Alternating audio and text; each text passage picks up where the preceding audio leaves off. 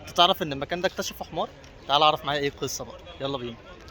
انتوا مش مصدقين والله، زي ما بقولوا كده سنة 1982 كانوا بدأوا ينقبوا عن المقبرة وعايزين يلاقوها، بس ما لقوش أي حاجة.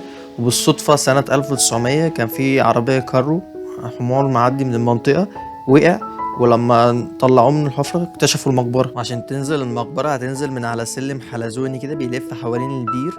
البير ده كان بيستخدم للإضاءة من الفتحات الصغيرة اللي فيه، وفي فتحة فيه كانت بتستخدم عشان ينزلوا منه جثمان الميت. والمكان ده اسمه كاتاكومب كوم الشقافة. كاتاكومب دي كلمة معناها المقبرة المحفورة تحت سطح الأرض، ودي شبه مقابر كانت بتحفر زمان في روما. وكلمة كوم الشقافة دي بسبب البقايا الفخارية الكتير اللي لقوها. المقبرة دي بيرجع تاريخها للقرن الأول والتاني الميلادي، والحاجة اللي بتميز المقبرة دي هو اختلاط الفن المصري القديم بالفن اليوناني الروماني. يعني انت هتشوف صور للآلهة المصرية، الصور اللي على الباب بره في صورة الميدوسا كده، ففي اختلاط فنون. والمقبرة دي كانت تخص عائلة ثرية، بس بعد كده اتحولت ان هم يدفنوا فيها ناس عاديين، كانوا بيدفنوهم فوق بعض كده في فتحات زي ما انتوا شايفينها كده.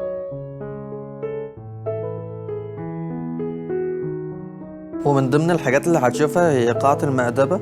دي كانوا بيقعد فيها أهل وقرايب المتوفي عشان يقعدوا ياكلوا فيها. ومن ضمن الحاجات اللي انت هتخشها هناك هي صالة كراكلا. دي أول ما هتخشها هتشوف صندوق كده هتلاقي فيه عظم. أول ما هتشوفه هتقول بس ده عظم الناس اللي كانوا ميتين هنا. أحب أصدمك أقول لك لأ، ده مش عظم بني آدمين أصلا، ده عظم حصنة. والله زي ما بقول لك كده، ده عظم حصنة كانت بتدفن في المكان ده. وبس كده، اكتبوا لي رأيكم في الكومنتات وأشوفكم في فيديوهات تانية كتير.